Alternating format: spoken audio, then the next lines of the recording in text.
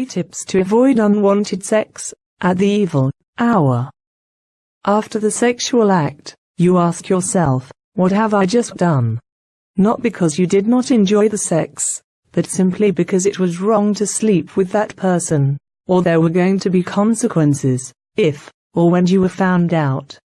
In some cases you may simply have been sexually violated. Almost all of the scenarios described above take place at that deadly evil hour. Let us look at 3 tips to avoid unwanted sex at the evil hour. 1. Know the evil hour. If you don't know the evil hour, you will keep falling prey. I am not referring to the popular vampire and demon-infested dark times of the day, absolutely not. Certain parts of the world don't have nights for months, but like other countries they do have the evil hour on a daily basis. Be warned, sexual evil hour occurs both in time, space, and people.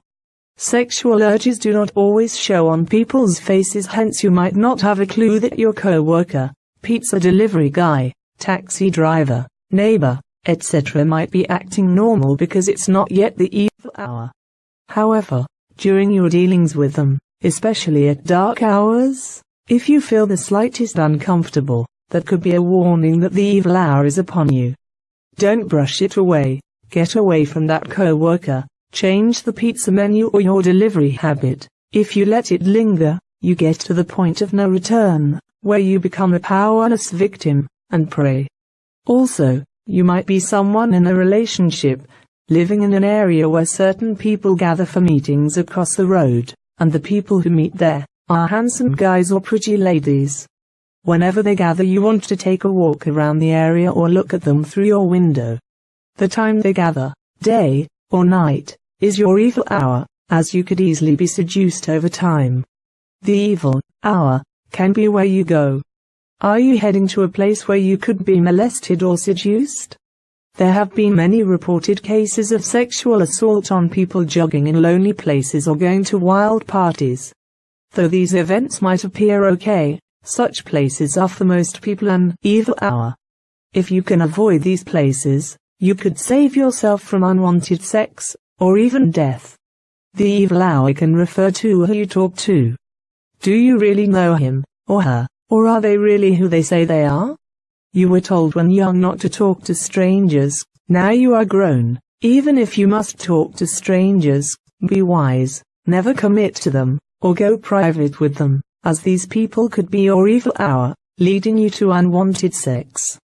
Now you know that the evil hour that puts you in a position of unwanted sex occurs not in time alone but also in space, and as people.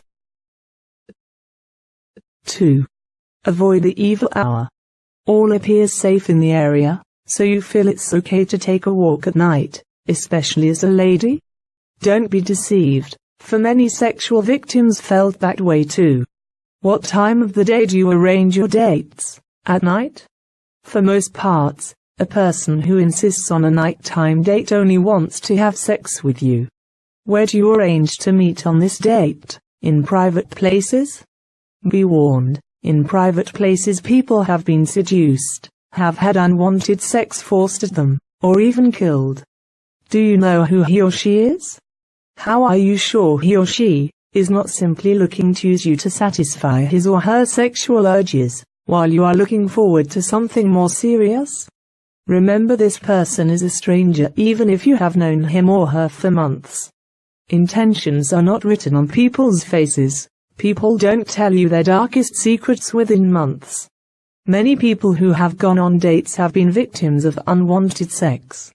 Avoid private or nighttime dates if you want to avoid unwanted sex. You want to belong, hence you simply join your friends to have fun at parties or events with their friends. This you do, fully aware that there could be the risk of unwanted sex. If the planned fun feels too exciting for comfort, avoid it. Are you lonely and need the companion but would not want to be used through unwanted sex? Then seek group companionship. Avoid a one-on-one with someone who can seduce you. On the other hand, if you want to be alone, have you locked all the doors and switched off your social media on your device, so that a potential seducer will not meet you, or send you a message while you are alone? If not, once again you are better off in the company of people. 3. Eliminate secrecy. How many of you can have sexual intercourse in an open park, in broad daylight? How many of you have had sexual intercourse in a private room? I'm sure that the second question will have more yes answers than the first. In your answer lies the greatest catalyst of unwanted sex. For students, a male says to a female student, "Hey, can I come over to your house to study?"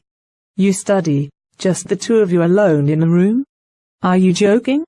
Or, a female adult invites a male neighbor to help with certain hard task in the home when no one else is home?